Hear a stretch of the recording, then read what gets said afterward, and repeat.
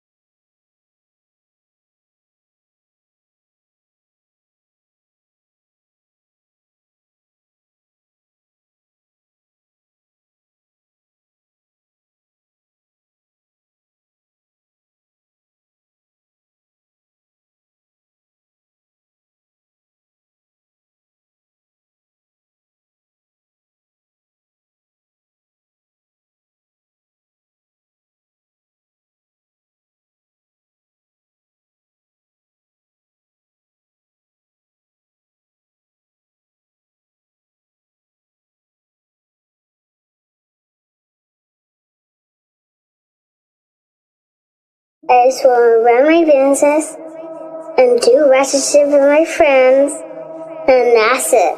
That's it. That's it. You are now tuned in to All Hustle and No Fear with your girl, the Hood Unicorn. Come on, let's go. Back against the wall, last name against the rope. Middle finger stretched, if you thinking it's a joke, tell my friend I'm about to blow, about to blow, about to blow, about to blow, about to blow, about to blow, about to blow.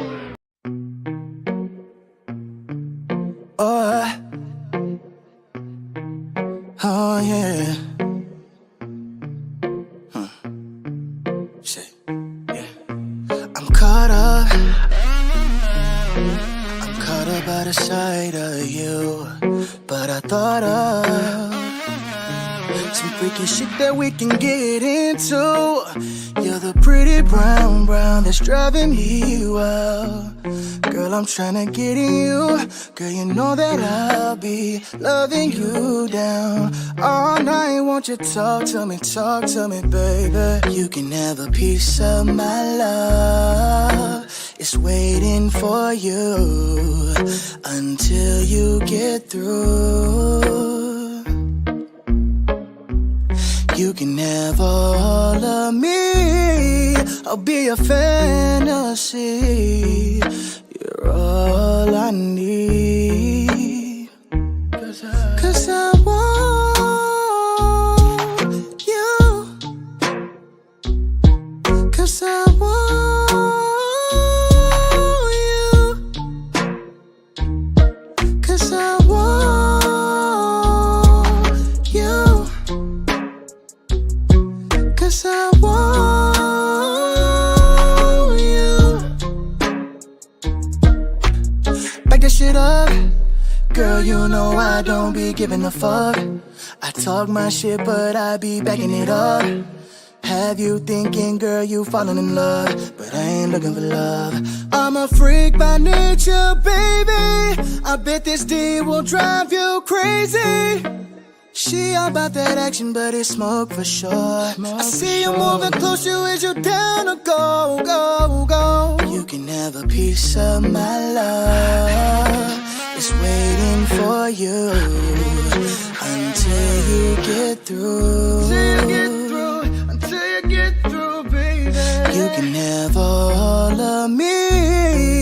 I'll be a fantasy. You're all I need. 'Cause I want you. 'Cause I want you. 'Cause I want you. 'Cause I want you. Alright. Oh, when I get you home, I'm going deep in ya. I'm going deep in ya. Oh, get you alone. I'm tryna turn you out, baby. Oh, let me know. Are you ready for a nigga like this? I said, oh, gotta let you know. I'm gonna show you things you never seen before, yeah. You can have a piece of my love. It's waiting for you until you get through. Until you get through, baby. You can have all of me. I'll be a fantasy. You're all I need. 'Cause I want you. 'Cause I want you. 'Cause I want you. 'Cause I want you.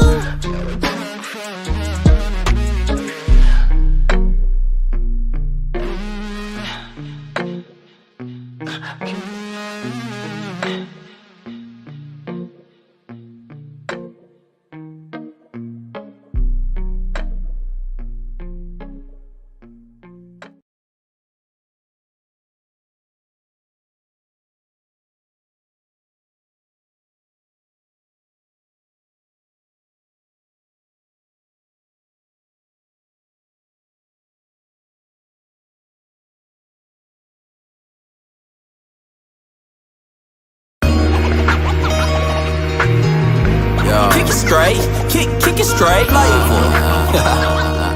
Yeah. Kick it straight, flavor. Flavor. Ate it, baby. Kick it straight. Yeah. Somewhere around September 84, I went to a party with Pops and left with my mama. Back 3 trimesters later, welcome one hell of a summer. Big boy, I tell up some shit. While I ain't gon' sit down, I got my ass whooped. That took till that feeling wore down, and that was fast. So that I asked myself if I wanna repeat that shit and get beat or try something equally thrilling. Not so Knievel, but close enough, even he do a grimace after I witnessing all the pressure I breeze through. Hey, this baby, the need for this enigma. Yo, hey, got a different flavor, you can savor indeed, post to appease ya. Yo, hey, take time, filter that stuff out your way that ain't gon' feed ya. And never get close to them suckers, they deep wanna deceive ya. In the 80s baby's pie, in the 80s baby's pie, in the 80s baby's pie, full of chicken pot pie, baby 80s baby's pie, full of collard green. We got the 80s baby's flavor, we got the 80s baby's flavor, yeah. 80s baby's pie, full of chicken pot pie, baby 80s baby's pie with the collard green. We got that 80s baby's flavor, we got that flavor you can savor, yeah. Speaking from the old school, we are not of the same. Play a dialogue, interpreting the height as a flame. They think it's all about fucking bitches and rocking a chain, but they mind frame is not in my binocular range. They can be lame with a L, but I'm with cash with a K.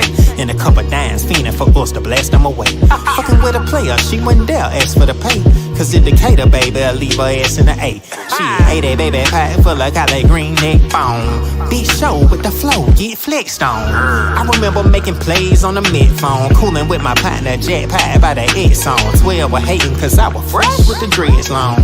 Not a smidget of a sucker in my flesh bone. Flying higher than an Android tech drone. 55 Chevy sitting pretty like a red bone. In the 80s baby's pie, full of chicken pot pie, baby 80s baby's pie, full of collard green. We got the 80s baby's flavor, we got that 80s baby's flavor, yeah. 80s baby's pie, full of chicken pot pie, baby 80s baby's pie with the collard green. We got that 80s baby's flavor, we got that flavor you can savor, yeah. 80s baby's the greatest human experiment gone right. But as for us, that's just tough, cause the generation after us is after us and after each other. Can't kill each other fast enough. But this ain't the end all. You ain't gotta pretend, dog. Remember your independence. We begin and we end all. You ain't gotta follow them suckers out on the limb fall, fracturing your extremities, hindering your ascent, dog. Just feed your family, man. It be more important when you about 50 or 60 and looking back at your portrait of life. You like it's more to this. I compare this too much to hell. Hustling, but I feel like I'm a hare in a tortoise shell. Had a nightmare, I felt like I was a werewolf in tortoise shell. Clean off my back and I ain't looked back since. 80s babies, you get the flavor and passion. Been governing my tax with this southern in my accent, pimp.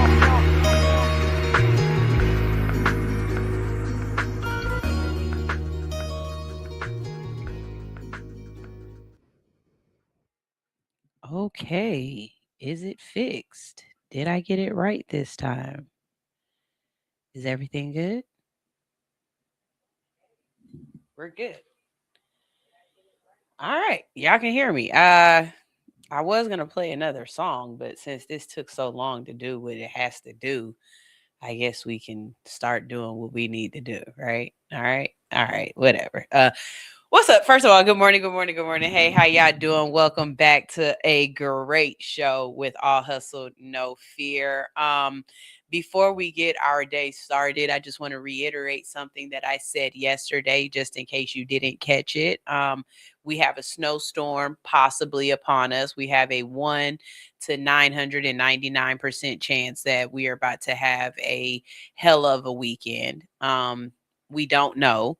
And just so you know, the reason why we don't know is because our president decided that we did not need to invest in weather balloons and into the National Weather Service, that none of that was important. So everything that's about to happen that we don't know is about to happen is literally because of this administration. And I will stand on making sure we always say, hey, look, it's their fault. Okay, because it is. Let's go ahead and, as they said, drain the swamp. Like, let's just go ahead and put a mirror in front of everybody's face and say, no, this is you. This is your fault. So I don't want to hear it. Go buy your meat, cheese, bread, water. You know that it's a disaster coming because the only thing left is Deer Park water. No one wants Deer Park water. If you like Deer Park water, I worry about your taste buds, and I do. Let's see. Also, because it is a potential to get snowed in, make sure that you have sex unprotected. We need as many Libras in this world as possible, and we thank you for your service. What's actually kind of funny is that on this week, not this particular day, but this week in 2011, we had a snowstorm as well. And how do I know that? Because I was pregnant with my first child. I was due on the 20th, and I remember calling the doctor and saying, hey, look, we're about to be snowed in. If I go into labor and I call the ambulance, like, are they going to bring me to Northside? He was like, no, they're going to take you to the closest hospital to you. And I was like, okay, bet. And I held that baby in. Because what I wasn't about to do was have my baby at Atlanta Medical. I wasn't having my baby at Atlanta Medical. It wasn't about to happen. So shout out to my son Georgie. Your birthday is tomorrow. He will be 15. He'll be 15. And everything that y'all see me doing right now is so that I'm not a hypocrite. I never wanted to be a hypocrite as a parent. And one of the biggest things that I want to teach my kids is that when you grow up, it's not what you want. Like, when you grow up and people be like, what do you want to be when you grow up? It's never, oh, I want to be a basketball player, or I want to be a doctor, I want to be a lawyer, I want to be a journalist, or I want to be president of the United States, I want to be ruler of the world, or whatever it is that you're doing. No, it's, I want to be happy. And so I try my hardest to walk in exactly what I'm telling my kids. As a matter of fact, I'm very big on not being a hypocrite. I give you another example. My hair. when I found out I was pregnant with my daughter. When I found out it was a girl, I immediately cut all of my hair off. And why did I cut my hair off? Because I still was rocking perms. I still had a relaxer. And I knew that I was not going to allow my daughter to have a relaxer as long as she was under my care. Like, when you become sentient to the point where you can make your own decisions about what you want to do, that's on you. But I'm going to teach you to love your own hair. And growing up, I've had a relaxer my whole life. I never not had a relaxer. And so I cut all my hair off. I started rocking the natural. Eventually, I think if you rock your hair natural long enough, you eventually gonna rock some locks. And I end up getting locked up. And my daughter doesn't want locks at all. Like me, my son, and her dad, we all have locks. She don't want no locks at all. She likes being able to do different styles. But I have also made sure she's in love with her curls. My daughter will rock a big poofy afro. And she's come home and said, I don't know why, but the teacher said they love how brave I am. And I'm like, why are you brave? And because I rock my afro, and they love that I'm willing to rock my afro. And I don't understand that. And I'm like, yeah, because, and I'm trying to explain it to her, but in my head, I know that this is the exact reason why I didn't have a relaxer. So saying all that to say that as parents, sometimes you have to look at what you're asking of your kids and ask yourself, are you willing to walk in that yourself? Because as a child, for me, you can't tell me not to smoke cigarettes and light one up. You just can't. You can't tell me to do something that you are not willing to show me how to do it, or that you believe in it so much that you do it. I don't tell my kids to read if I don't have a book out. It's just, as I think that's one of the craziest things, to be the type of parent to be like, you need to go sit and read, and your kids never see you read. So that internalizes for them that reading is a punishment, not it's a hobby. I make sure my kids see me sitting there reading on my own, so that when I tell them y'all need to go take some time and read, it's not a punishment. It's no, that we're going to just change lanes real quick, because that's what we do. Same thing with exercise. I'm not going to tell my kids y'all need to be working out, doing this, that, and the third, and they have never seen me on a treadmill. They've never seen me lift a weight, squat for a booty cheek. You know what I'm saying? No, I put in the same effort that I'm telling them to put in. So this is me being happy, right?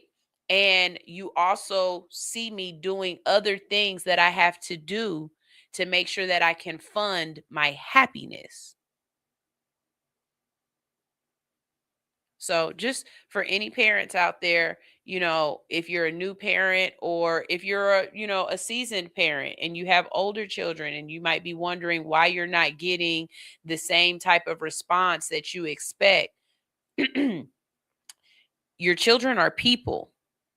Like, they're humans before this whole relative issue goes on. So they're still looking at you as a model.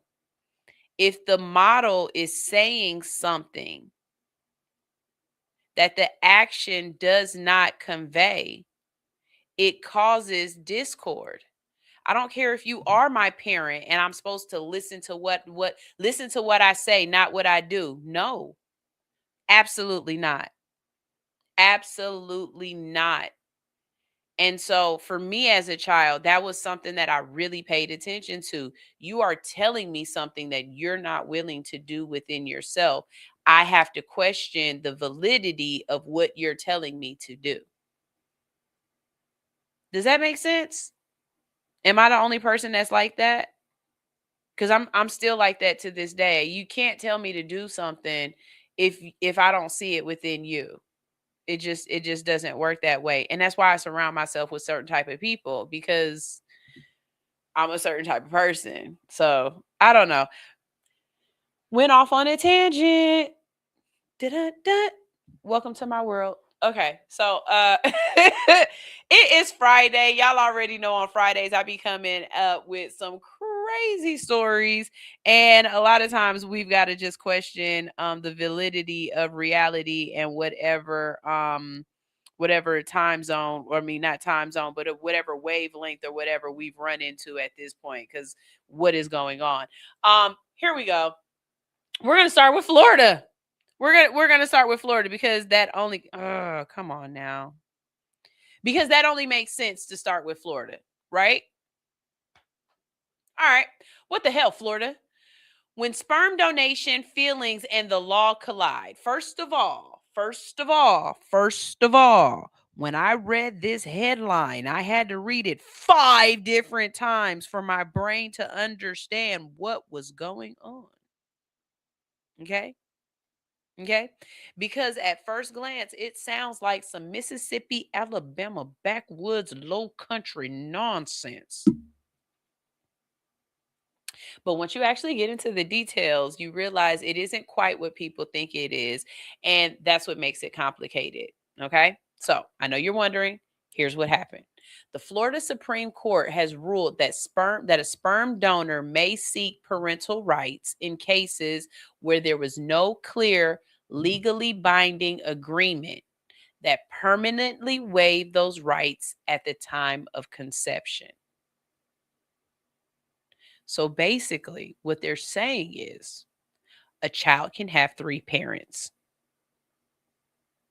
And that's what I read on the headline, that Florida is now allowing kids to have 3 daddies, like three parents, like 2 mommies and a daddy. And I said, wait a minute now. How is this? But this makes sense because there's so many people that are doing sperm donations, but they say we want to do it the traditional way. And I'm saying this because I actually know of somebody who has done this, where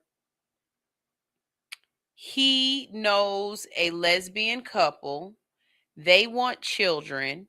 He wants a child, but he hasn't necessarily found someone that, he can have a child with. So, in vitro fertilization and all that stuff is extremely expensive. So what he decided to do was, hold on, let me fix this. There it is. Okay. So what he decided to do was he had they were okay with it. He had relations with one of the ladies, and now they have a child. So technically, that baby does have 3 parents. Okay? So let's wave into this. This does not mean that every sperm donor suddenly gets custody. What it means is that the donor is allowed to petition the court, and a judge can then decide what's in the best interest of the child. And that's where the feelings come in, because this isn't a situation where a man donated sperm, disappeared, and popped up years later like, surprise, I want custody. From what's been reported, this man never fully left the child's life. He wasn't a daddy, but he may have been present, instrumental, consistent, and emotionally involved. Enough that when the couple who raised the child separated, he felt like he should still have a role. So basically what happened was everything goes to the Supreme Court because of a court case, right? And in this particular court case, what the man was saying was, yeah, they are the parents or whatnot. And yeah, I understand that they have a relationship, but even though my title to the child isn't daddy, I'm still in this kid's life. Now, they've decided to break up, right? I'm saying even though they broke up and they dealing with their parental rights the way they want to, mine can't change. I got parental rights, even though my status ain't parental person. It's still somebody in this kid's life, and y'all can't knock me out. I can understand that. I can understand that. I can understand that. And here's the uncomfortable truth that nobody likes to say out loud. That's still his sperm. He did create a child, and he should have some sorts of rights. Being human beings is messy when it comes to attachment and emotion and possession. And see, that's the weird part of humanity. We feel as though we can have possession over a person, whether it's slavery, whether it's parental rights, whether it's relationships. Because I mean, think about it. Really, all marriage is saying he's mine. That's mine. No, he's not yours. She's not yours. That's my wife. She belonged to me. The fuck? No, she belongs to herself. You know what I'm saying? Same thing with children. This my child. I'm going to do what I want with my child. You can't see my child. No, we made this child. This is our child. And it's not ours. This is a human being that we are related to, that we decided to help come to an age of being and survive this madness of the world. You know what I mean? Like, this concept of ownership over a person or over people has to be looked at. And it's not just that. We feel like that we feel this dominion. That's what it is. We have this dominion over things that I think it's weird. You know, I might need to roll up and think about that. You know, if somebody ever wants to sit and have a conversation, those are the kind of conversations I like to have when I roll up. I'm not really talking about Christian rock. I really kind of want to, dive into something, anthropologically deep on multiple levels. So if you're interested in that, hey, what's up? Anyways, but no, I could see why he took this to court. I really could. The title was absolutely rage bait and clickbait, but because of how, like I said earlier, messy humans are and the way we are intermingling different things, I can see that. Another situation where I could see this going to court, in a poly relationship. If we have come together and created a commune, right? You've got 2 or 3 women or whatever, you got a man and a woman, whatever the situation is, right? But if we've been doing this and the children were infants or they were very tender age kids when we started, and now we're breaking up, but I've been in this child's life multiple years, yeah, it was okay for me to be a parental person while that child was in my house. And I'm loving on this kid and having birthdays and picking them up and cleaning up their snot nose. And now that we done broke up, all my parental rights are gone now. All of a sudden, this ain't my kid no more. Nope. Yeah, I do believe court should be involved for that. Because how are you gonna keep me from this person? Because if this person was an adult, they would have the choice to be like, no, I still love this person. I want them in my life and I want to be around them, right? I still want them to have influence over me. But because you feel as though you have dominion over this person, you can decide who's allowed to be around them. Because we don't, no. I'm not mad at this one. I'm with you, Teacher Nitra. I'm not mad at this one. This is the part of non-traditional family building that people don't always want to talk about.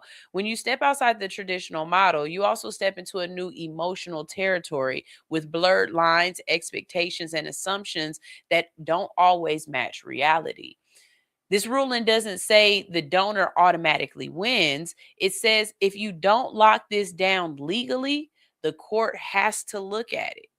And honestly, that tracks, because the lesson here is not outrage. When you are doing something non-traditional, you're going to have to involve the law. Just go ahead and do it. Spell everything out in contracts, waivers, rights, expectations, roles, futures, because the law is already involved in everything else we do, from marriage, divorce, property, kids, death, and money. So when you start doing new shit, you're going to have to involve the law too. Not because people are evil, but because people are human and feelings change, relationships change, circumstances change. This Florida ruling isn't about morality. It's more about clarity and the lack of it. So no, this isn't a Florida is losing its mind, because I thought it was. I really did. I thought it was. In the way the headline makes it seem, this is Florida actually saying, if you didn't close the door legally, don't be shocked when somebody tries to walk back through it. And I'm okay with that. I really am. In this situation, I'm on Florida's side, because y'all actually y'all be starting shit. Y'all be starting new shit. And so now you got to get the law in to clean up the new shit that y'all started. That's all it is. That's all it is. I ain't mad at it. I'm not. You want to know something I am mad at?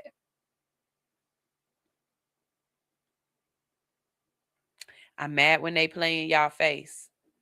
I am really mad when they play in y'all face, okay? So, a box of NYPD uniforms were found on the sidewalk. Police in Brooklyn are investigating after a box filled with official-looking NYPD apparel, shirts, pants, jackets, and hats was found abandoned on a public street near Greenwood Cemetery. So they must have been leaving them for the zombies. That's what it was. They wanted zombie cops. A box was discovered Tuesday night. Well, this was last Tuesday before that, because, this is an old show. Anyways, and taken to the police precinct for safekeeping while investigators try to determine how it got there and who left it. I'm going to be very honest. This is scary. This is scary. Do you want to know how I got these scars? Y'all ever seen The Dark Knight? Y'all ever seen the good Batman with Heath Ledger? The one where he dresses the clowns up like Gotham City police officers so that they can blend in, and then everything goes left. They killed the mayor. Chaos breaks out. The whole a rock in a hard place moment. Y'all don't remember that movie? Because that's all I thought about when I saw this. That's all I thought about. Because here's the things that people aren't fully sitting with. Uniforms matter.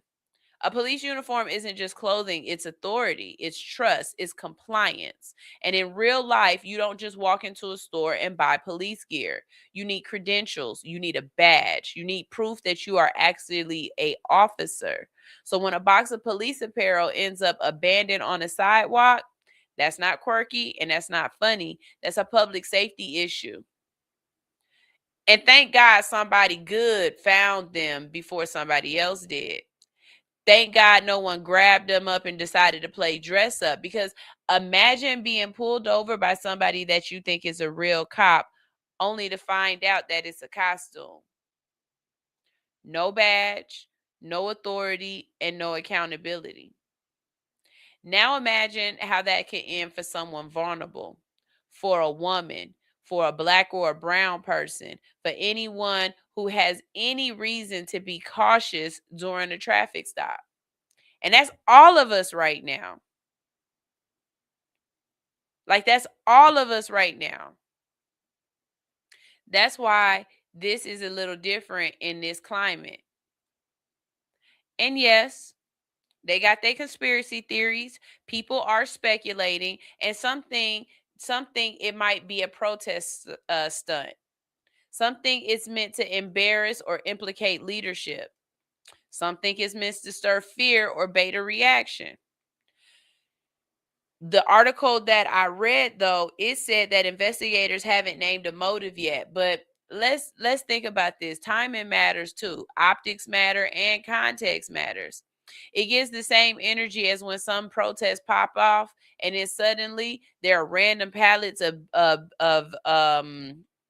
bricks downtown. Y'all ever see that? Y'all ever notice that? They said that during the George Floyd riots. It's like, why all of a sudden it's just a whole bunch of bricks downtown? Just just open pallets of bricks. No construction, nothing, but just bricks. Like, here, go crazy.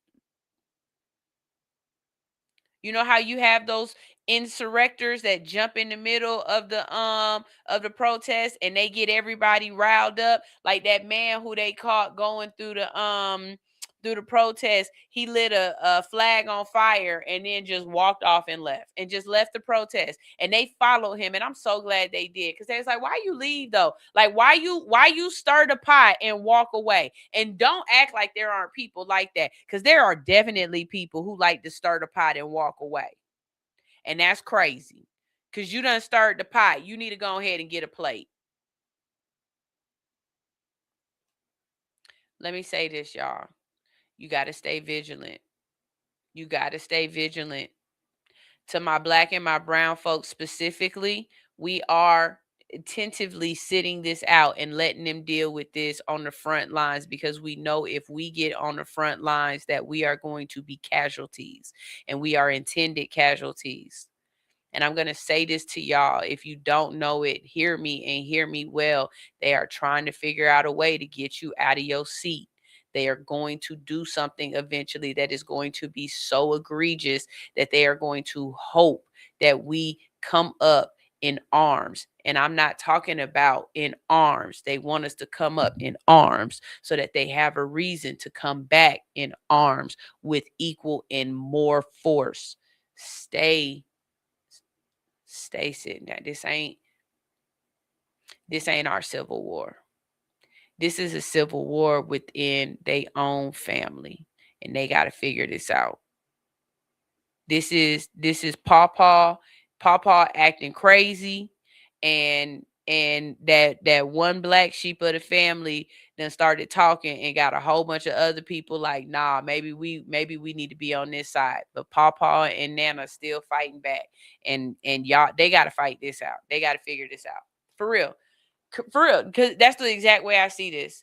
This ain't nothing but old school thinking, trying to fight away with the new school type of thinking, and they don't want to let go, and they're literally dying off, but they don't want to let go, and they've poisoned a couple of other people into thinking that they thinking is right, and the family is fighting with it. You know what I'm saying? As cousins, we need to just sit back, let them fight. This the other side of the family. This your daddy's side of the family. Let them do that. Because if you go over there and you start trying to break stuff up and tell them and put mirrors in their face in it, because we've been telling them forever, let them deal with that. Let them deal with that. I ain't got nothing to do with it. Because I'm telling you, it's going to be different for us. It is. It is. And so you just got to, you just got to be careful. DJ Ray's Hell, hey baby, I miss you. He said, now if they can walk around with those uniforms, imagine how crazy it is that you can walk around with the ice patch, camo, no badge, no name, and a mask. Exactly.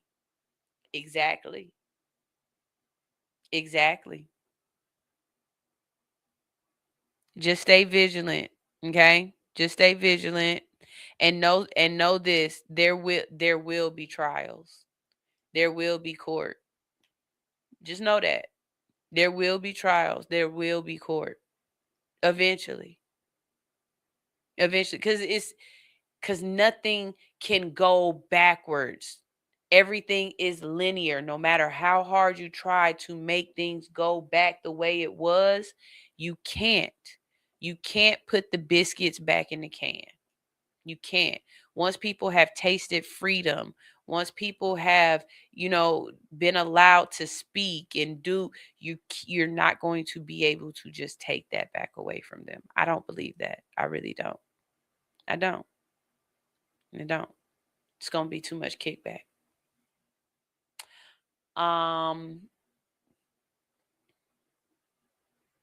That's crazy that I wrote this a whole week ago and I still said the same stuff without even knowing what was coming up next because it's been so long since I wrote this. It just goes to show you I know exactly. I feel the way I'm consistent in my thinking. I'm not regurgitating somebody else's thoughts or whatever. I'm very consistent in my thinking because it literally says that. I just didn't say it verbatim. I said it off the cuff. That's crazy. Okay. I'm sorry. Y'all are squirrel. Until the NYPD figures out exactly how those clothes ended up on the sidewalk, everybody should be paying attention, okay? And regardless, y'all need to be paying attention anyway, because right now the shit is literally hitting the fan. And I think we are currently about to live through a civil war. So when you was wondering what it felt like in those history books and what people was doing, I think we about to find out. I really do. I think we about to find out. Okay. So first of all, trigger warning. Trigger warning. I'm about to talk about defecation. Trigger warning. I'm about to be talking about defecation. So if you are eating or if you have a tender stomach or anything like that, just mute it and watch my mouth move, but don't click off. Okay. But I am about to be talking about defecation. And it has to do with a child. So that's all I got for the trigger warning. Let me say this. As a parent, I am so grateful that my children have gotten through. My daughter will be done with elementary school in a matter of months. This is her last year in elementary school. I just want to say that I'm glad my kids got through elementary school pretty much with no issues. Like I didn't have to go in on anybody. It was only one teacher that did something and I nipped that in the bud real quick. And it really was just, she was being mean to my baby and she threw her stuff away. And I was like, that's not going to fly. And I made them replace it, but that's here nor there. Oh God, I got so much time on my hands and my free time would be made by sitting on ChatGPT, just trying to figure out ways to be absolutely annoying to you without going to jail because you would deserve it. Listen to this. And the only reason why I wouldn't want to go to jail is because I got the 5-year-old. But if I didn't have the kid, going to jail would be high on my list of things that would be acceptable for this. A 6-year-old with a dairy allergy and a complete failure by adults. This story is infuriating because it should never happen. According to reports out of New Orleans, a 6-year-old girl with a documented dairy allergy attending St. Frederick School of Deacons was given milk during lunch. She is lactose intolerant. Her parent has done what she is supposed to do and presented the school with doctor's notes saying, don't give this baby milk or milk products. She has an allergy. Just like you can't have peanut butter. Just like you can't have nuts. This baby can't have milk of the cow. And y'all gave it to her. Despite the school being aware of her allergy, you still gave it to her. Shortly after drinking it, the child began experiencing stomach pain, nausea, and cramping, which ultimately led to her having an accident at school. Why wouldn't she have an accident at school? Her body can't process lactose. You know that. Everybody knows that when you give a person milk that can't have milk, they shit. They don't throw up, they shit. Instead of calling her parents, which would have been the appropriate call, the school staff reportedly told the child that she had already gone to the bathroom too many times. My head be itching when people do stupid shit. Every time I notice that, I think that's my tism. That's my tick. Like my scalp just start to itch when I hear something that's so egregiously stupid. What do you mean you're telling a person, oh, you went to the bathroom too many times, you can't go no more? So what? I'm just supposed to turn the plumbing off? What the?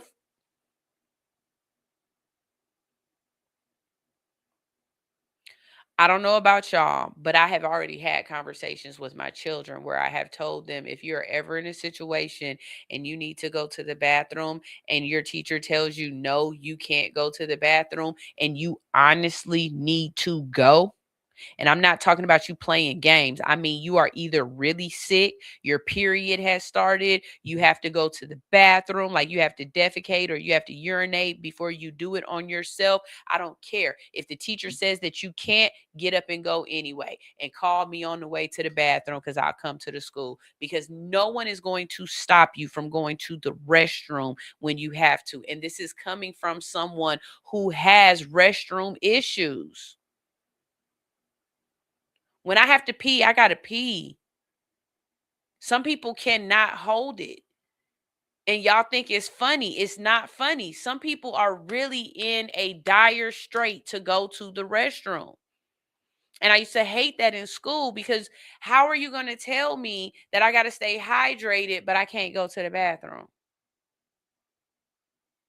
That's not right. Y'all got these kids walking around with these big ass thermoses, everything else, but y'all can't go to the bathroom.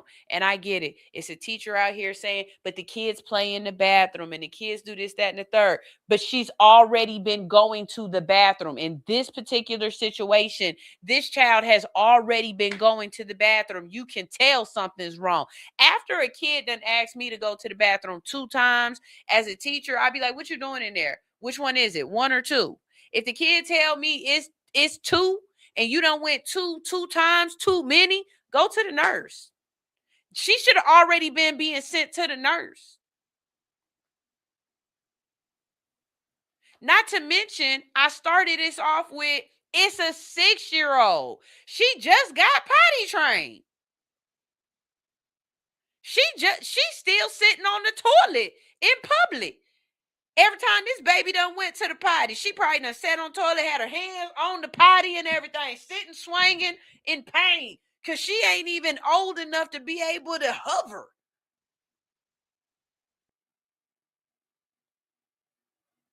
Y'all call parents for every little thing. Y'all call parents for every little thing, but except for when y'all supposed to.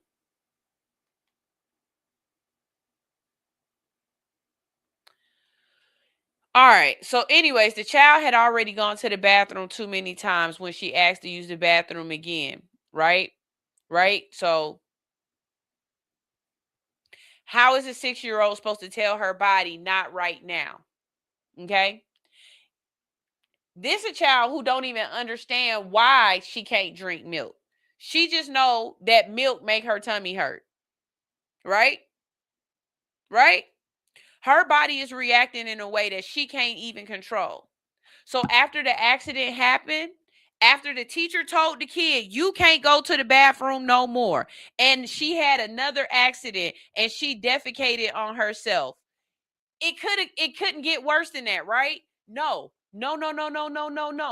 Instead of the teacher, showing her some humility, instead of them cleaning her up and getting her a change of clothes from the lost and found, or I don't know about y'all, but when my kids were 5 years old, we had to send them with extra clothes. No, the teacher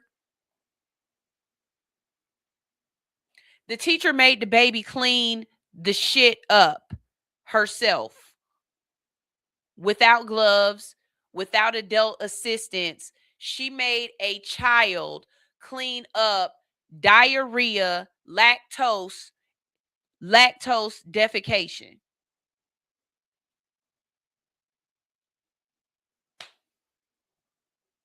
I want y'all to sit with that. What 5-year-old know the proper way to clean up feces?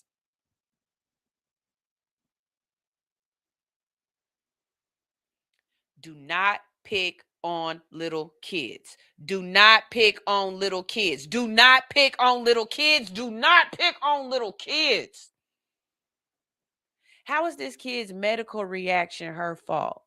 How is it her responsibility to manage a situation that grown adults should have handled? We're not talking about a kid in high school, y'all. We're not even talking about a middle school. We're talking about a 6-year-old.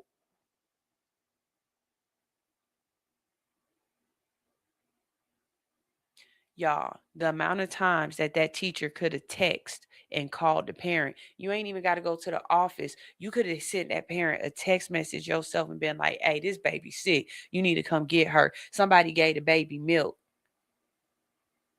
Once the parent heard somebody gave the baby milk, they would have already known what it was. Do you know how serious baby's lactose intolerance got to be for you to bring paperwork to the school to say, do not give this child milk? Do you know how bad that baby's lactose intolerant got to be?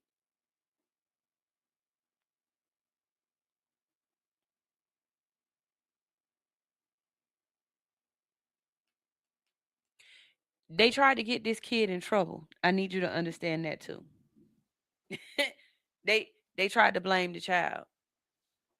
She called the principal on the kid as if it's the kid's fault for misbehaving, as if it's this baby's fault. I need y'all to understand that. How?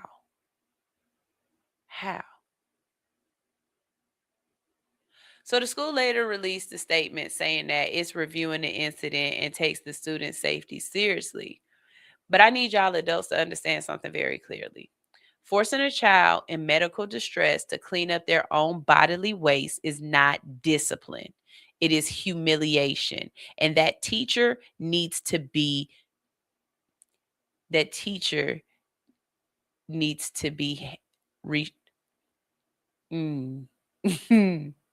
like I said, me and ChatGPT would think of some of the most imaginative ways that I would not go to jail, but I could just extremely inconvenience your world for the next, I don't know, 6 to 12 months. Schools used to be safe places. They really did. I don't even know if school is a safe place anymore. But school definitely needs to be a safe place for people who can't advocate for themselves. Children cannot advocate for themselves. And we are going to have more and more people who don't have empathy. And it's times like this when I be like, there's a reason why a lot of us did not want to be integrated. We still wanted segregation.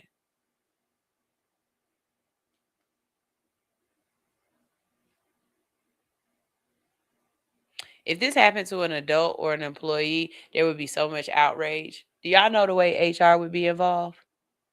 Do you know the way lawyers would be involved? But because it's a child, people want to just be like, oh, it's not that bad. This is a failure of compassion, of training, a failure of humanity. How hard is it to protect babies and stop punishing kids for being kids? Like, I really hate y'all for that. I just want to let y'all know that. I really, really hate y'all for that every time. And these teachers, they like, that's the other thing that I hate. Y'all protect the teachers. Y'all protect the teachers. Y'all hide their identity. Y'all try to just move them to another school or something like that. Like, no. Y'all know how I say, well, we'll never get this because of how this administration is going. But if you're a cop, you should not be allowed to be a cop in another state or another precinct or another jurisdiction or whatever if you were a bad cop somewhere else. Right? Same thing with teachers. If you were a bad teacher somewhere else and you got fired for doing something egregious and being a bad teacher, you shouldn't be allowed to be a teacher somewhere else. No, get a new profession. Because what? Anyways, you're absolutely right, teacher Nietzsche. That teacher doesn't need to be a teacher, especially not of little kids. Because what? That pisses me off. Anyways, before we go to break, we've got to give a shout out to our Friday sponsor, Studio 219 Inc. Every Friday from 12 p.m. to 7 p.m., it's Freaky Fridays with half off exotic adult piercings. And you half off exotic and adult piercings. Okay, so you've got anything from nose all the way down. Take your pick. Okay, they have clean work, professional artists, and they are an Atlanta staple. Let them know All Hustle No Fear sent you. All right. Also, if you have a show and you're feeling a little scattered, you can have a brand audit consultation with All Hustle No Fear. I'll help you identify what's connected, what's missing, and how you have to tighten up your show structure. Visit All Hustle No Fear to get started. All right, we're going to go to a quick commercial break, and when we get back, we've got some more stories for y'all. Are you in need of some tattoo therapy? Visit Studio 219 for your next tattoo or piercing. Studio 219 is located at 1900 Piedmont Road in Atlanta, just 1 mile from the Lindbergh train station. Studio 219 is open Monday through Saturday from 12 p.m. to 9:30 p.m. and closed every Sunday. Book your appointment today by visiting www.studio219ink.com. That's studio219inc.com. Make sure to follow 219 on Instagram for promotions and specials at Studio219ink. Studio 219. Let us fix your creative itch.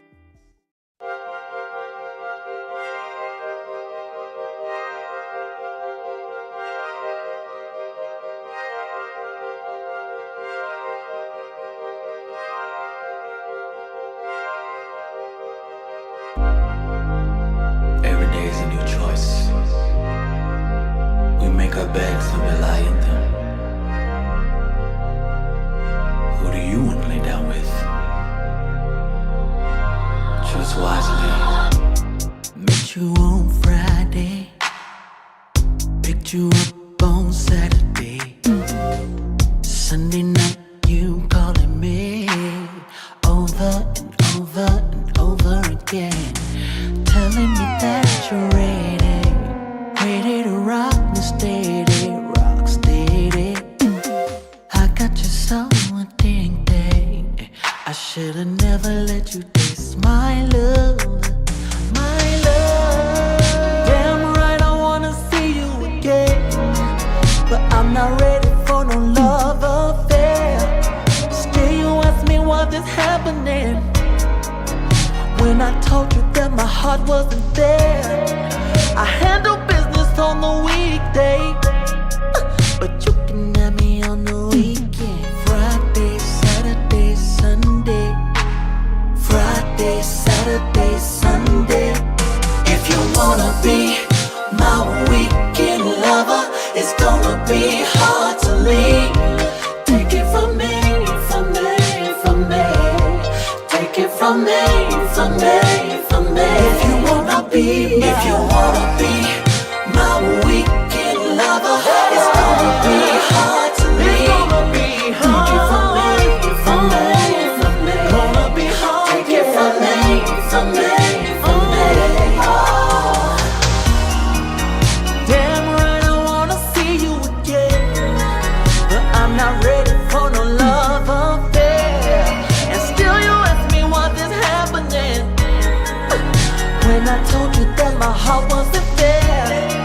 I handle business on the weekday, but you can have me on the weekend. Friday, Saturday, Sunday. Friday, Saturday, Sunday. If you wanna be my weekend lover, it's gonna be hard to wait. Take it from me, baby. Take it from me, take it from me, take it from me, baby. If you wanna be my weekend lover, it's gonna be hard to leave. Don't wanna leave me alone. From me, from me. Take it from me, from me, from me. Oh. Hey Siri, download Hits 92.3 ATL.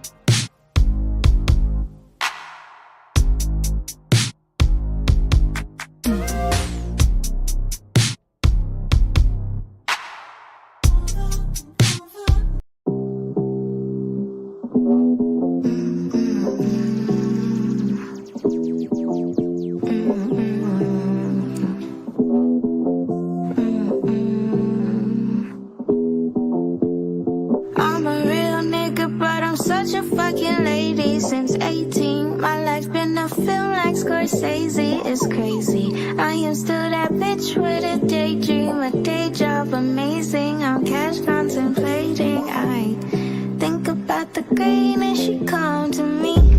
Invite her over when I want some company. I love her and she got me living comfortably. I need to pick me up, I pick me up some money. I got it out the limo with eyes. I think it's in my blood to cry. And niggas like to undermine, but it's big Indie Bow with the underline. I'm a real nigga, but I'm such a fucking lady. Since 18, my life been a film like Scorsese, it's crazy. I am still that bitch with a daydream, a day job amazing. I'm cash contemplating. I think about the green and she come to me. Invite her over when I want some company. I love her and she got me living comfortably. I need to pick me up, I pick me up some money. I just dug your bro out and then I took his hoe out. Told me showing skin is a sin, I took some more out. Like I could give a fuck about your rules and regulations. I could give a fuck about the bullshit that you saying. I got bigger balls than any nigga you know. I take all my calls on my other cell phone. They like, oh wow, she about to blow, they late. But anyhow, nice of you to show. I'm a real nigga, but I'm such a fucking lady. Since 18, my life been a film like Scorsese, it's crazy. I am still that bitch with a daydream, a day job amazing. I'm cash contemplating. I think about the green and she come to me. Invite her over when I want some company. I love her and she got me living comfortably. I need to pick me up, I pick me up some money.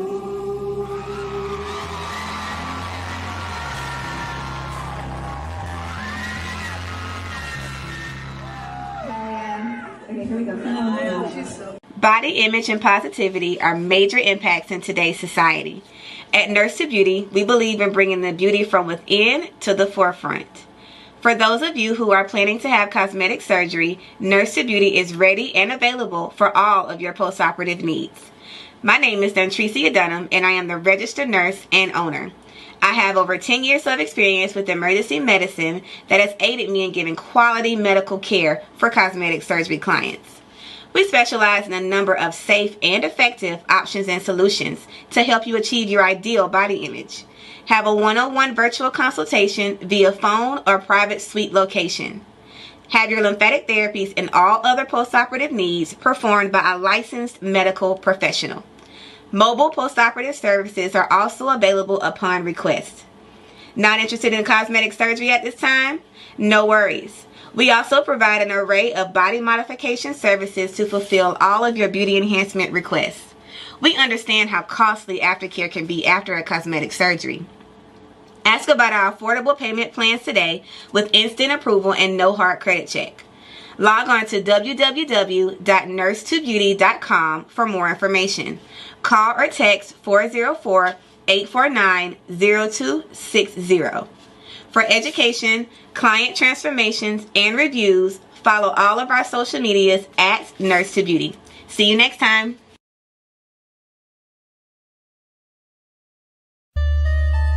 Say, Sterling, you see they gonna hate you, understand me?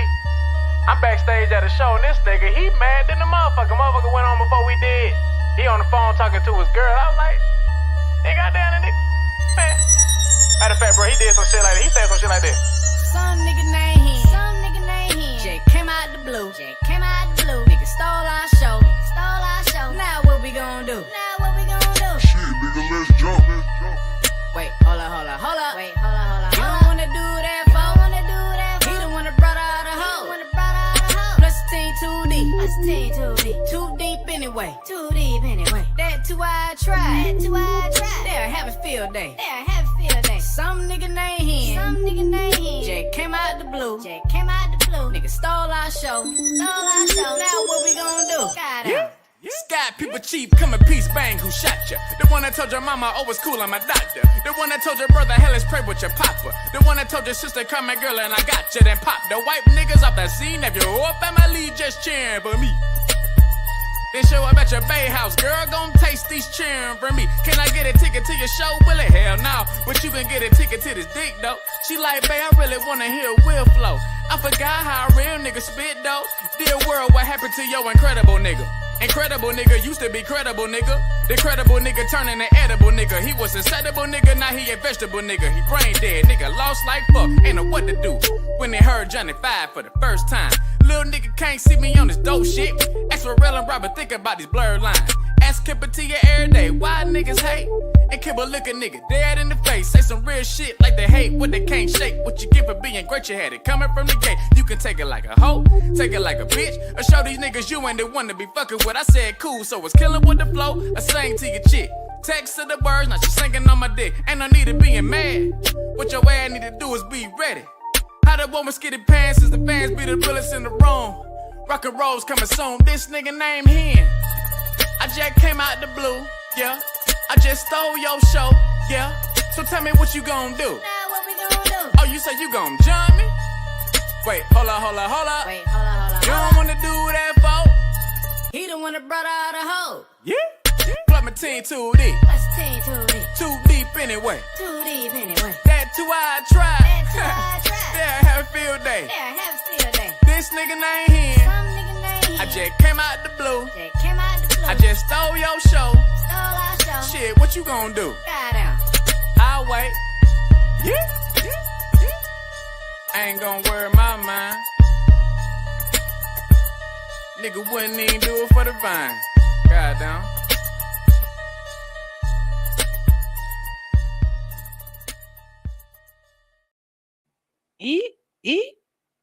Cause nigga too deep.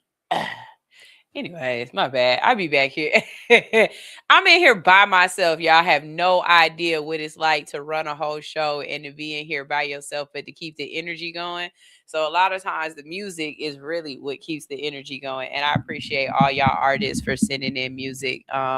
Speaking of music and artists, so we've got a couple of new shows, right? Like I said, the Goat Shop is back. Y'all make sure y'all tune into the Goat Shop. They'll be on right after me.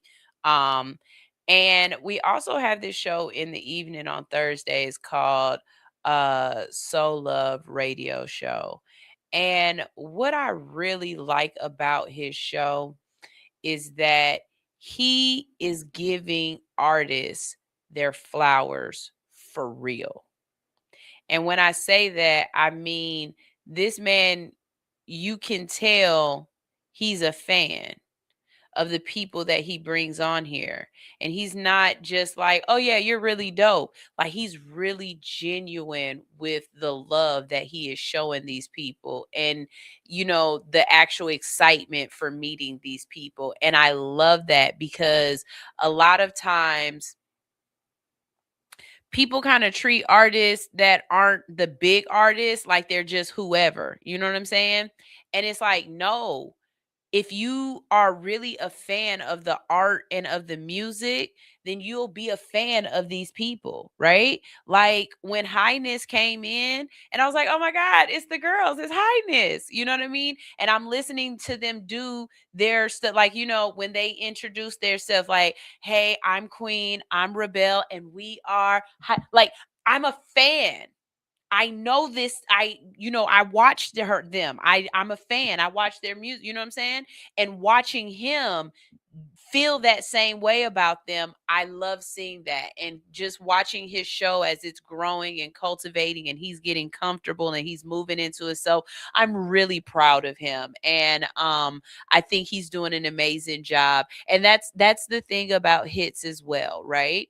Is that, yes, you can come on here and you can turn your podcast into live radio. Awesome. Whatever.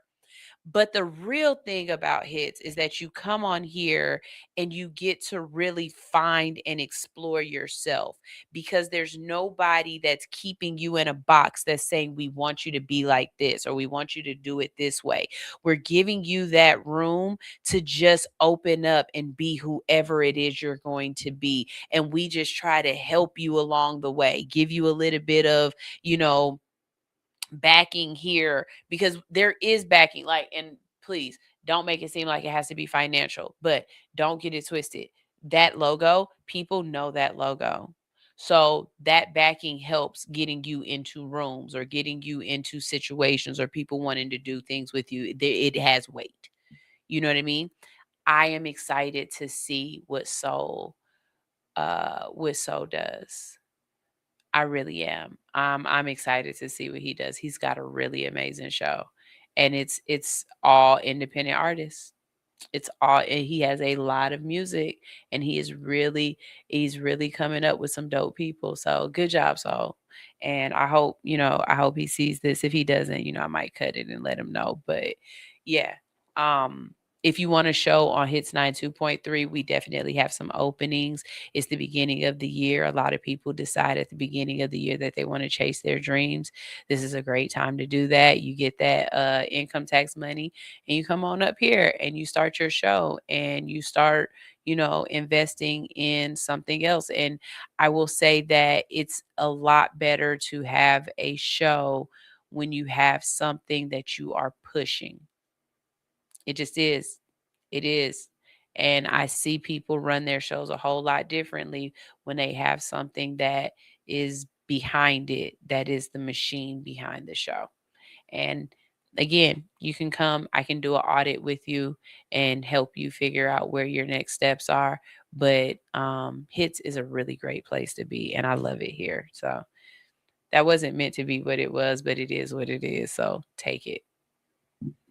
All right. Speaking of that, I say all the time, I have no problem being honest about this. And I think the reason why I'm honest about this is because who my parent is. So my father was a journalist. Like my dad has an Emmy. Okay. My dad, I love my pops. I love you, pops. I'm so proud of my dad. But my dad used to be an anchor on the news. Like my dad was a reporter for a very long time for a well-known TV station in Cleveland, Ohio. So for me, I have a lot of respect for journalism, right? I'm very quick to tell you this show, I'm not a journalist. I'm a conversationalist. I am finding stories that have already been broken. People have already done the work. They've already written these stories. I'm going and I'm just taking the information that they've already given and I'm giving you my commentary, my thoughts on it. In most journalism, that's not even allowed. It's not about your thoughts and your opinions. It's about the facts. That's why I say very plainly, I am not a journalist. I am a conversationalist. We're conversing right now. I just can't hear you all the time. All right? Be a little bit louder. How about that? This guy calls himself a journalist. And I will say that this is not journalism. This is harassment. Not everybody can be Hood Anchor Yee from Atlanta. Okay. And not everybody who picks up a camera and a microphone understands the responsibility that comes with pointing it at real people, real businesses, and real communities.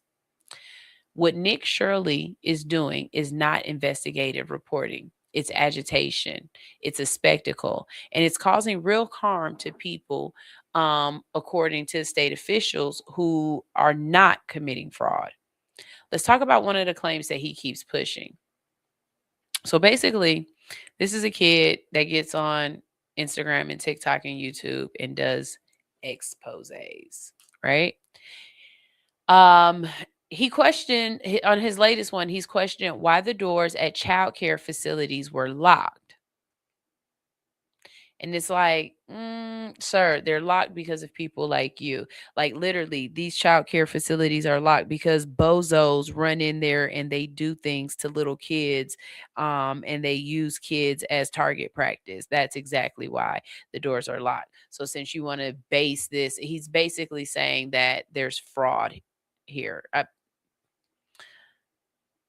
Because when white men get angry, radicalized, and violent, because school shootings exist, because predators exist, because pedophiles exist, because people feel entitled to enter spaces that do not belong to you.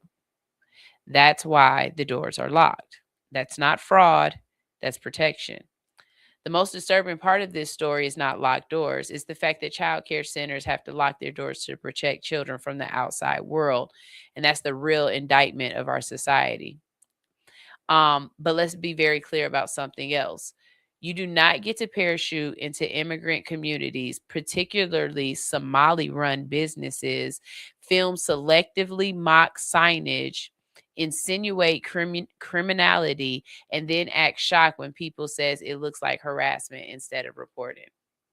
So basically, this man went here and he tried to say that these people are frauds, that there's no kids in these buildings, that they're just saying that they are, that they're collecting government funds, and that they're locking the doors so that you can't come in and see that there are no kids in there.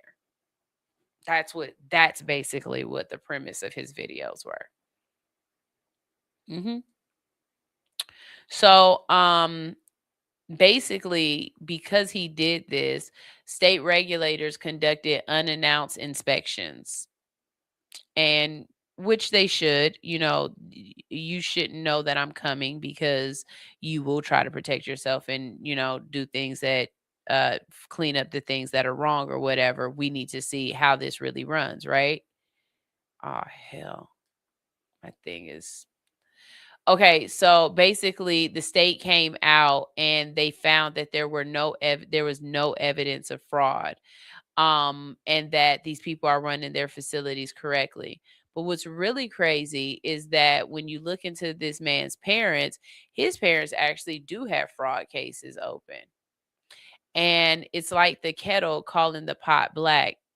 It's not my thing.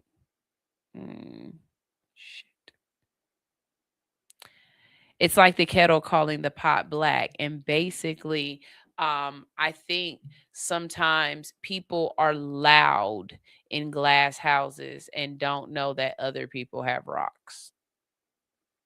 That's really what it comes down to. And I want you guys to just be very careful about the information that you ingest and what information you disseminate. I try very hard to make sure that the stories that I bring to you guys are accurate, that the information is correct, that it actually happened, that it's not clickbait or rage bait, that it's not, fake news or things like that. That's me doing my due diligence. And if I ever present a story or if I say something and you guys know that it's not right or it's been debunked or I'm giving out false information, please call me out on it. Be respectful. There's a way to do everything. But please hold me accountable, because even though I am not a journalist and I am a conversationalist, at all times, I want to be spreading positivity and correct information. I know not all of my stories are positive. Sometimes y'all need to know the shit that's going down, but the information will be correct. Okay, so that's always been my thing with you guys. So, hey, look, my teleprompter is doing something weird and I've got to fix it. And so to make sure my boobies aren't all in the camera, I'm going to go ahead and go to a quick song. All right. So since I said boobies, here is Shy Kiera with LAFOU. LMFOU. Let me buck on you. Can we link up tonight? Drink some rock and Sprite tonight. My pussy is super tight. Couple years without taking pipe. I am squirting back to back. I made a mess over the floor. Moaning out loud, the neighbors banging on my door. But the pounding ain't gon' get it.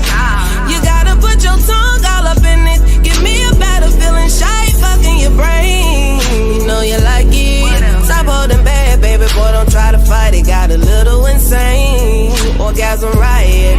I'm an average baby daddy, you a bias. Since I'd rather make love than get a quickie.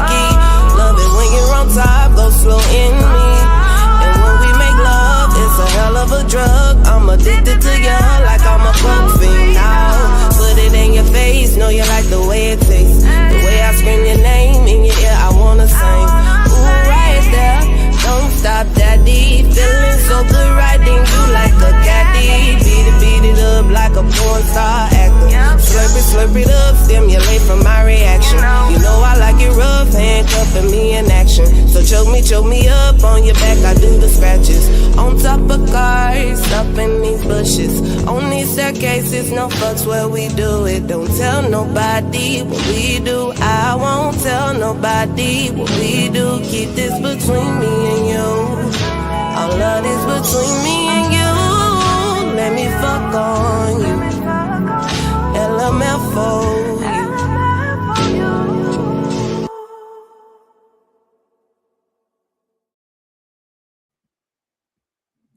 That song makes me feel so sexy. I love that song. She be, on top of cars, up in these bushes, on these staircases, fuck when we do it. Don't tell nobody we do. I love her. Oh God, I love Shy. Shy, I love you. I just want to tell you that I love you. Anyways, all right. I don't know what it is with Americans that they cannot stand listen to somebody talking in their native tongue. Like it just irritates. It irritates a Midwesterner soul to hear somebody speaking in a language that they just cannot understand. And from someone who is so attracted to accents. Oh my God, I love a great accent. I promise you, don't come around me talking about what's up, baby. Baby, I hear the crawfish all in your voice. Come on, say something else to me. You better say Mardi Gras in New Orleans, baby. I love, oh, baby, you better come down here and get you some pound cake, sweet. What? Give me a good accent. You bet not, s'il vous plaît. S'il vous plaît. Grey poupon. What? What? I will have you talking all the time to me. Don't you put your voice down real low and get in my ear and start talking that bumbaclot. Bumbaclot. What that mean? Oh my God. Say it again. Do it again. Say that past a while. Say it again. I love a great accent. I love a great accent. Okay. And then not only do I love a great accent, but I'm immediately hit you with that. Como se dice in English? Come on, teach me what you know so I know what you know and I can say how you say what you say when you're not around because I want to be able to say it too. You know what I'm saying? Because, baby, I got a couple of words. I know a couple of words in a couple of languages, but I'm trying to learn some more. But I really hate the way that really low-brained, smooth-brained ass Americans hate accents and how they treat people when they are speaking in their own language. This one right here is just crazy. So this lady put up a sign that said no Spanish on the bus. Oh, God. Discipline and discomfort for who really feels threatened, right? So in Pennsylvania, a school bus situation with some honesty and nuance. On one hand, I absolutely understand this. If we are in a group setting and we are all talking together, all participating in one shared conversation, and someone deliberately switched to a language that not everyone understands, yes, that can feel exclusionary. Yes, I can understand that. In a group conversation, the goal is shared communication. That part is fair, right? But here's where that changes. If I'm sitting quietly with my friend, with my cousin, with my sibling, with a family member, and we're having a private conversation, and we decide that we want to speak in our native language, the language that makes us most comfortable, that's not rude. That's not bullying, and that's not disrespectful. That's personal choice. And that's where I've always had a very firm opinion.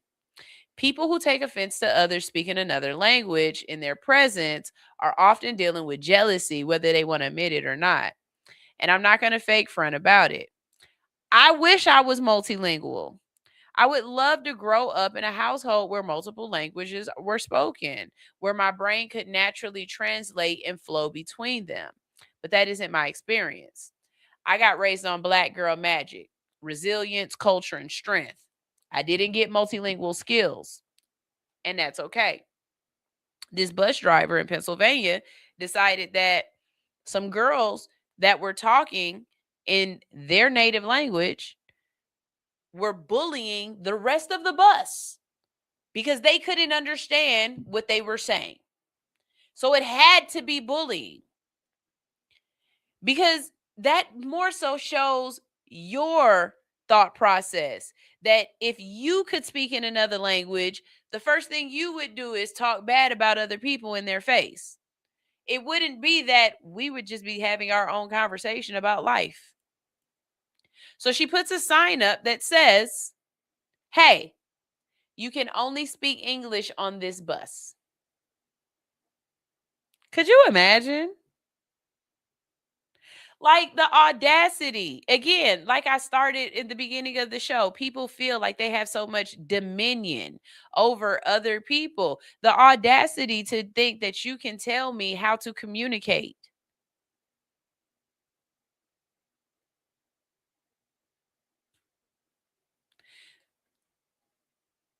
So when this bus driver framed Spanish as bullying, I think what we're really seeing is perception.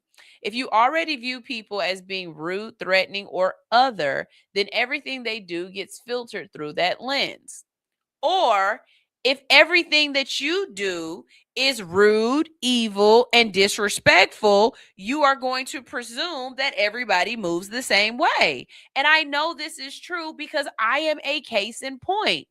I am told all the time by people who really know me and really love me that I have a little naivete when it comes to certain things. And it's because I believe that everybody walks in with good intentions. Because I walk in with good intentions. I don't walk in automatically thinking, how can I fuck over somebody today? There are people out there like that. But I don't move like that. And so therefore, I don't shine that mirror out. This woman, and I'm glad she got in trouble for it, but this woman just went and showed her own prejudice and her own hate. Because it's like, hey, guess what?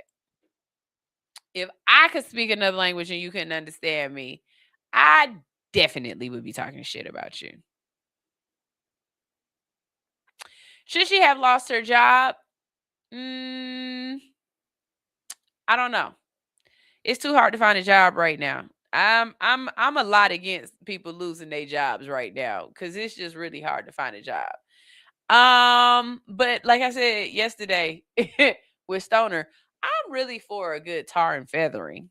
Like, I think public shame in some kind of way needs to be brought back. You know what I mean?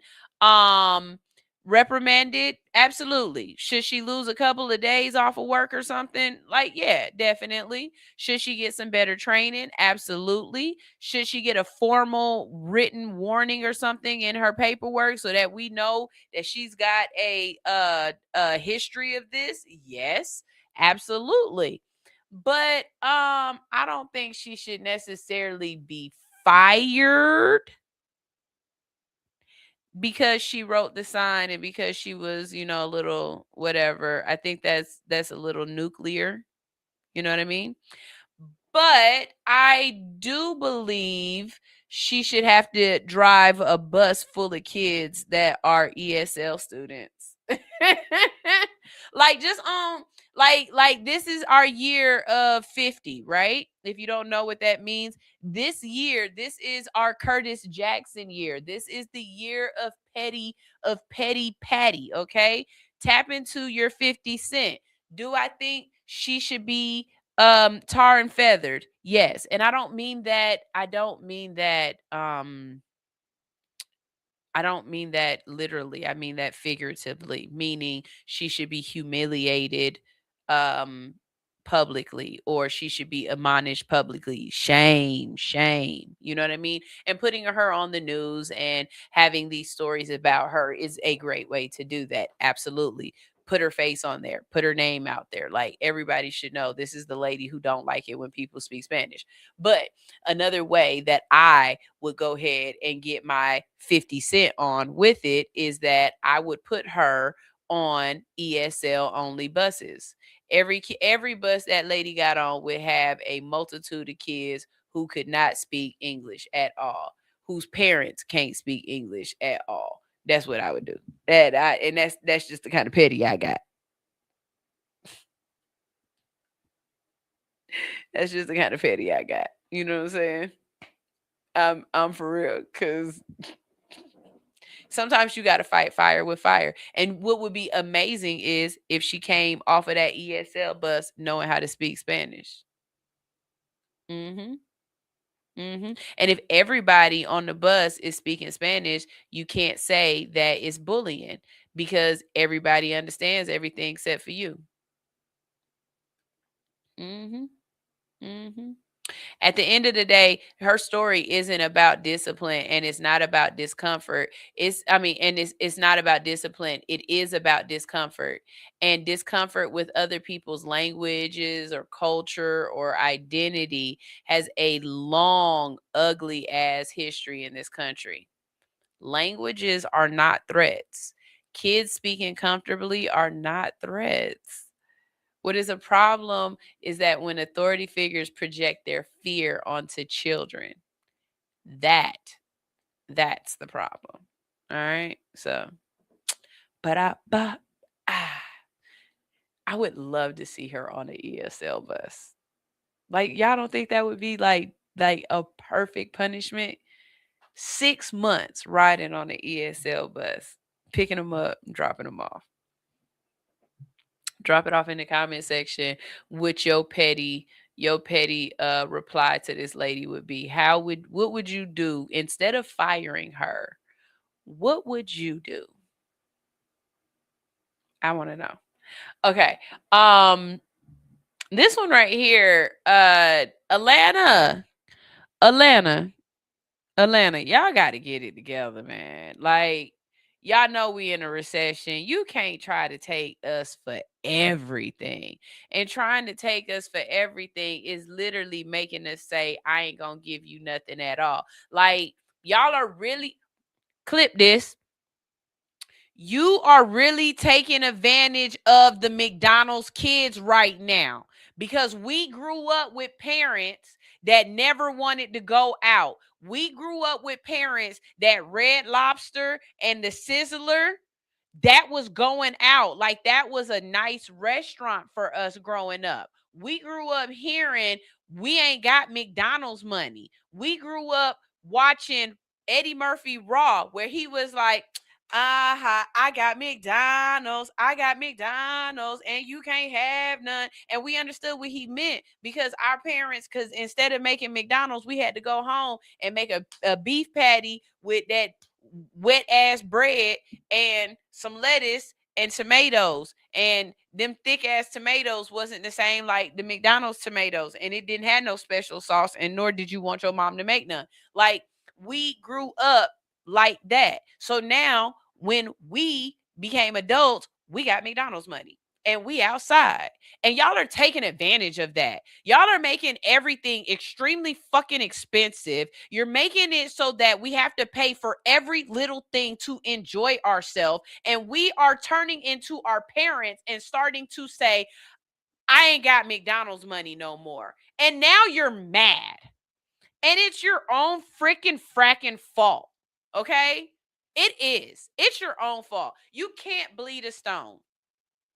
You can't bleed a stone. And this is why Pond City Market's restaurants are closing. I'm not blaming individual restaurants. I'm not blaming just the individual mom and pop restaurants. I'm blaming the system as a whole. And in this situation, I'm blaming Pond City Market, because at some point, price gouging catches up with you. You can't bleed a stone to death. You can't. You can't. Let's start with the basics. Parking is fucking expensive.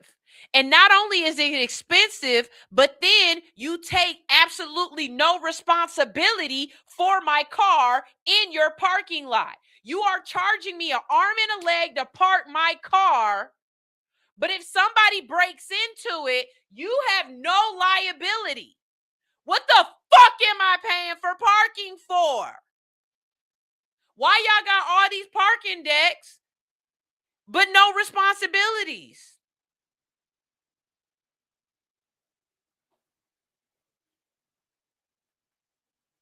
Before you even smell the food, before you even got in the building, you already had to pay. Now you walk inside and everything costs more. And not a little more, but like a lot more. Like drinks ain't reasonably priced no more. $12 for a beer is crazy. Okay? And the reason why it's $12 for a beer is because their rent is so high. And they have to charge high ass prices to be able to pay for this high ass fucking leases that y'all got. The food proportions are small as hell, and everybody is getting their food from the same place. Y'all don't have no creativity no more. And then some of y'all got nerve to charge me just to come in and sit down. You charging me just to come in and sit down. It's a restaurant on the top of Pont City Market, right? Trust me, I know. There's a restaurant on top of Pont City Market that you have to pay to get upstairs. Just to go upstairs, you have to pay. Now, if you don't want to play none of the games or nothing like that, that's fine. You don't. But you can't get to that restaurant without paying to get upstairs. Now, I paid to park. I paid to get upstairs. And now that I'm in the restaurant, now y'all want me to pay for food too. How much money you think I got, shawty? And then your businesses are concerned and confused as to why we ain't tipping the way we used to, why we ain't spending the way we used to, why alcohol sales are down. If a Corona is $8, and back in the day, a beer was $2. Right now, a shot of tequila is $20. $20 for a shot.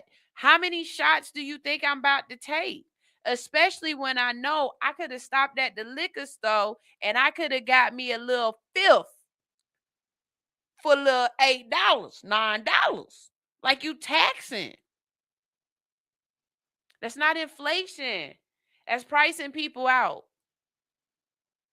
And y'all want to complain about the older millennials and Gen Z and everybody else, how they drinking alcohol less, or how they not partying and they not going out, how they're learning about things like, I don't know, sitting in the house and just being with your friends. Like, y'all don't know how to just hang out with y'all friends. Y'all can't just be in the house just chilling.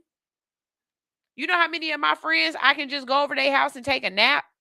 Them be the best ones. Them be the best friends. As a matter of fact, if any of my friends is available today, I got like 3 hours in between my show, my last show, and going to work. And I don't want to go all the way back to Douglasville because I need to go towards Atlanta. Anybody of my friends that's down towards Atlanta that'll let me take a nap on the couch for 45 to 55 to 75 minutes is greatly appreciated because Sunshine will pull up. What's up?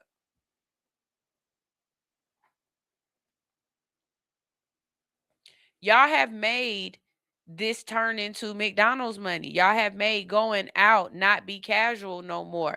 Even Applebee's is expensive at this point. Y'all don't want us to hang out. If every time us going out, remember when you used to be like, I'm going to buy a round for the table. That's a bill. That's a bill. That's not like, oh, okay, 5, 10, 15, 20. Yeah, I buy a round for the table. That's 2, 4, 6, 8. Plus a 20% gratuity on top of it. We just spent $100 in shit that we're about to piss out. Think about that. You want me to spend $100 on a liquid that I am borrowing? I don't even get to keep it.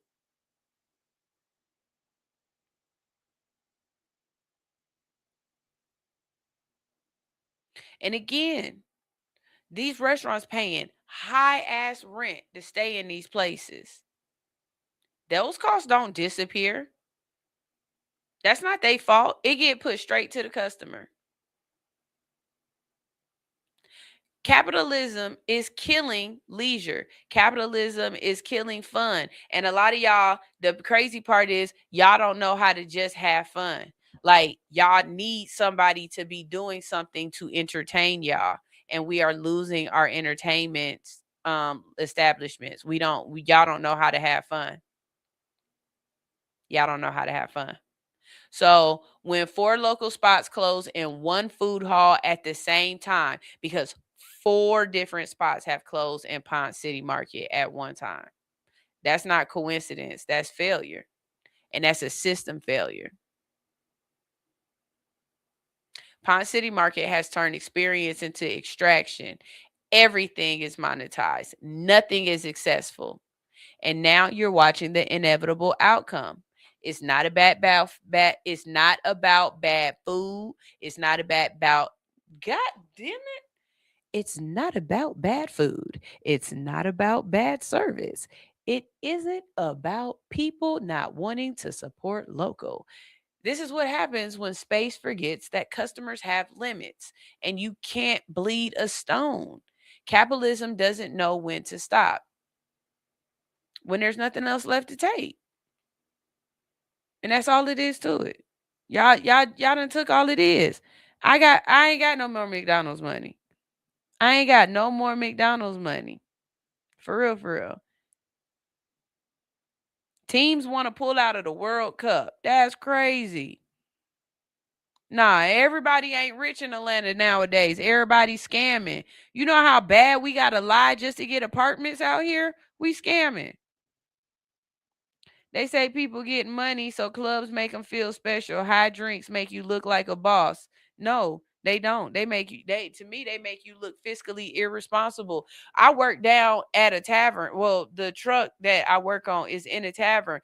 I cannot tell you how fiscally irresponsible I feel. All these people that I see multiple times a week at this, I'm here for work. And you're asking me, where was I on my off day? You're here too much. Don't tell me you broke. You're fiscally irresponsible. There's a difference. Definitely. Hey, before we get out of here, I need you guys to check out Sweet Sheba Baby. You can get 10% off your order by automatically visiting allhustlenofear.com. Okay? You can get these awesome earrings. She has amazing products. All right. And if you want to be a sponsor on All Hustle No Fear, you can reach out and have your business featured on air across all of our platforms. Either DM us at All Hustle No Fear or visit us at allhustlenofear.com for more information. All right. Here's my motivational moment for you because I got to get out of here. It's almost time for Stoner Show. Your normal day is someone else's dream. So you need to be proud of your situation. Actually, somebody told me this a couple of months ago, and I had to really sit in that. And they was like, I don't think you realize how dope you are and how you get to do things that people would just dream about. There are people who would love to be in your position and do the things that you do on a daily basis that you take for granted, that you're like, oh yeah, I just got 3 cameras sitting in front of me right now. Oh, I just do this. Oh, I just work on the radio. You know what I mean? Like, you take for granted how amazing you really are, how you've accomplished things that other people wish they could do, how you have insight and forethought or knowledge on things that other people are studying and grasping and paying for this information. You are living someone else's dream right now. Push your shoulders back. Raise your titties up. Rock with your cock out. Whatever it is. But you don't have to be humble at all times, because right now you are living a dream. Walk in that dream. You are amazing. I'm so proud of you. If somebody hasn't told you that in the last couple of days and you need to hear it, I am fucking proud of you. Did you see the year that you just made it through? Oh my God. The person that I'm looking at right now, you're not even the same person that I saw 6 months ago. I am so proud of you, and I can't wait for you to tell me what you are about to do in the next 6 months. As a matter of fact, when it's over, I can't wait for you to tell me what you accomplished, because chef's kiss. You're doing your big one. All right. I got to go. But next week is going to have some great stories. Okay. I'll tell you about what those stories are next week, because I haven't got them together yet. But I will say I saw one story that I want to check out, where I think it was, I got a couple of stories on some gorillas, right? Because y'all know I like science and animals and stuff. I saw one where a gorilla had twins, and I think that's like a real anomaly with gorillas. And then I seen another one where some gorillas been making some masks, so that they've been making poo shiesty masks, basically. So when they rob other gorillas, the gorillas don't know who it was that robbed them. It's a whole bunch of stuff going on, Shadi. Like I told you, it's a whole level of Jumanji that we ain't even knew that we unlocked right now. Like somebody is really like playing Jumanji, and they losing. They is losing. It's the weekend. I know you might be inside trying to stay warm, but if you get outside and you doing your big one, remember, don't do nothing I would do. And if you do, take pictures and send them to me. I want to see. Tell me the story. I want the tea time. What's up? All right. This is your girl, Sunshine Reigns, on Hits 92.3, the real definition of internet radio. All right. We got to go. And wait, I got a comment. Teacher said, very grateful. Yes.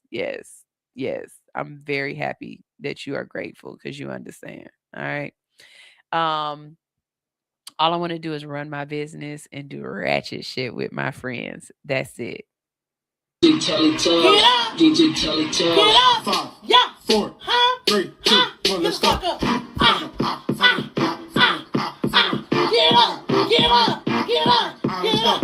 Throw that ass in the circle. Throw that ass in the circle. Go best friend. Go best friend. Go best friend. Go best friend. Go best friend. Go best friend. Go best friend. Fuck it up.